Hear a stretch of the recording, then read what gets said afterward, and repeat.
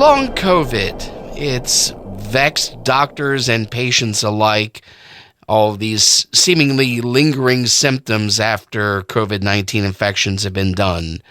Long COVID has joined Lyme disease as a continuing puzzle for doctors. Well, I'm on the line today with holistic nutritionist Danielle Pashko. She knows a few things because she's not only consulted with patients struggling with Lyme disease and long COVID, she's had to successfully manage both those illnesses on her own. Danielle, thank you very much for joining me on Community Spotlight. Thanks for having me. Let's start with the beginning. How's your own struggle with Lyme disease and long COVID helped you help patients? Well, I think it's really given me a lot of empathy and understanding. I was able to successfully overcome Lyme. The first time I had it, which was 5 years ago, it took a while, but through doing a lot of nutritional and alternative therapies, I was able to come to very close to a full recovery, which is hard to do when you have chronic Lyme. And it was a real struggle. And after I healed, about a year later, we heard about this new disease called COVID-19. And I wasn't really too afraid of it. I thought I was back to very good health. And I never thought that when I got an infection that it would, it was very mild. And after 10 days, it actually reactivated my Lyme, and it even worsened the original symptoms that I had. So I retraced my steps, and I did a lot of the same therapies. And thankfully, I'm recovering, and it's just something very difficult to go through. And I know a lot of people who are dealing with this are struggling very much. So, I really like to help them using the knowledge and information and my own personal experience. What are some of the symptoms of Lyme disease and long COVID? Are they similar? Really overlap. There's so many. It can be brain fog's a really big one, migraines, you can have blurred vision, light sensitivity, joint pain, exhaustion, shortness of breath. I mean, there's so many, and that's why it's so complicated to diagnose, because you come in with this myriad of symptoms to your doctor and try to explain, and it almost sounds like, how is it possible that someone has so many things going on? It doesn't fit into a textbook pathology like any kind of condition that they're used to seeing. So it's very hard to diagnose. Let's say that you have concerns that you might have Lyme or long COVID. How do you approach your doctor with your concerns? Well, if you think you have either, it's really a good idea to see someone who specializes in chronic illness. Or if you think you may have Lyme disease, look for someone, they call them Lyme literate doctors.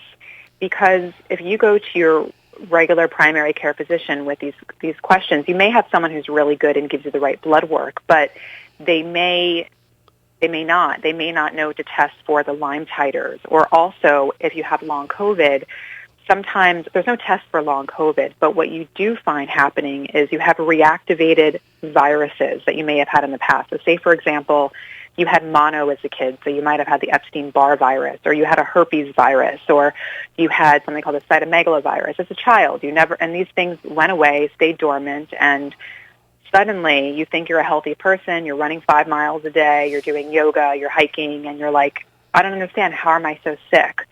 You want a viral panel to see if some of these viruses have been activated by the COVID virus. And that can absolutely happen, and that's what we're seeing happen a lot. So you want to make sure you get proper testing. It sounds very much like the link between chickenpox, varicella, and shingles. Exactly. You named it. It's exactly like that.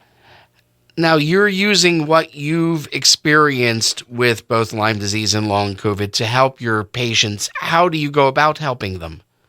Well, there's 6 practices that I think are really good to do, and there's a lot of therapies out there that can be very expensive and invasive, but you don't have to go that route. And the ones that I'll mention are, first, you really need to work on your diet. So as a nutritionist, I like to put people on an anti-inflammatory diet. I even have for myself, and that's avoiding processed foods. We all know is not good for us, but fried foods, any inflammatory triggers, which can be wheat or gluten or dairy, sugar. Also, coffee can aggravate people, and sometimes even alcohol. And really focus on a diet that has lots of colorful fruits and vegetables, wild fish, healthy fats, grass-fed meats and poultry, and even like broths and green juices can be really helpful. So really working on diet, that's one thing. I also recommend mushrooms. I know that people are becoming more aware now that mushrooms are good for immune health, but there's one in particular called AHCC, and it's a blend of shiitake mushrooms, and it's more potent than just eating them.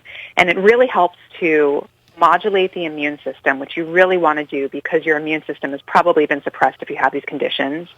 It also helps to decrease inflammation, and both Lyme and long COVID and most chronic illnesses start with an inflammatory response in the body. They're antiviral, which we just discussed, because if these viruses are becoming reactivated, you want something to help with that. And NaHCC also works as a prebiotic, which helps with the gut microbiome. So we want to work on the gut because 70 to 80% of our immune system lives in our gut. So that's something to consider. So I like this. If you're interested in learning more, you can go to ahcc.net. I also recommend compression therapy because compression therapy, it really is useful when you're using compression boots. And there's electronic ones. You can get them on Amazon for like $100, and they're really effective. They can help for pain. Some people even experience neuropathy with these conditions. Blood clotting is something we need to look out for, so this can help with blood clots. And also to help regulate blood pressure and heart rate. Some people experience what is called like tachycardia, rapid heart rate, when they have either. So surprisingly, wearing compression boots can control the pace of your heart. So that's something that not everybody knows. Acupuncture is terrific. It's also usually a lot of times covered through insurance. It's great for pain and migraines and digestive discomfort and anxiety and sleep. I love yoga because it's restorative and it's gentle. You don't want to over-exercise when you're having these conditions. First of all, it's probably hard to, but additionally, it's something that you want to focus at this time being more restorative rather than exerting yourself. So it's a great practice. It calms the nervous system.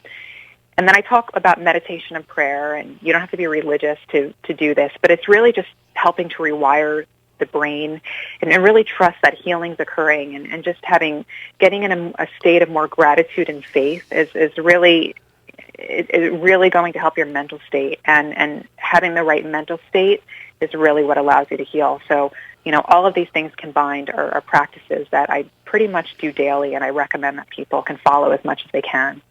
Now, any of us who has had to make lifestyle changes to manage a disease knows it's not always easy to keep yourself on a strict regime. Just how strict do you have to be with some of these lifestyle changes to successfully manage symptoms of Lyme and long COVID? It's true. It's definitely a change for people who are not used to this. So you don't have to do everything 100%. Nothing in life is sustainable if you stick to it so rigidly. But you want to do the best you can, at least on your own time. So if you can at least try 80% of the days of the week to do these practices as best as you can. Don't beat yourself up if you can't. But the better you are at it, the more you're going to see improvement. And that's really what we want for everybody. What single lifestyle change do you think has helped you the most in managing these diseases? Well, all of the things I mentioned work really well, but one thing I would say is managing sleep and prioritizing sleep. I think I used to get away with staying up late. We can all, get into watching Netflix at night or scrolling on social media or doing things we shouldn't that mess up our sleep hygiene. And really, sleeping is when our body has the best chance to recover. So I think that everyone needs to do that and reorganize their schedule to make sure that they're getting that important 8, 9, even 10 hours of sleep if you're having a chronic condition. Now, where can our listeners go to learn more about the health tips that you've shared with us today? They can go to my website, which is pashkowellness.com, or they can also go to ahcc.net, which is the mushrooms I was talking about, just to learn about some of the studies and how it might be able to affect them. And Pashko is spelled with a K. Pashko. Okay, just so everyone knows where to go and to get to the right websites. Danielle Pashko, holistic nutritionist, sufferer, and helper with long COVID and Lyme disease. Thank you very much for joining me on Community Spotlight this morning, and continued good health to you. Thank you. To you as well. Next week, we talk about Mental Health Awareness Month. I'm Andy Paulson. Thanks for listening to Community Spotlight from WESB News.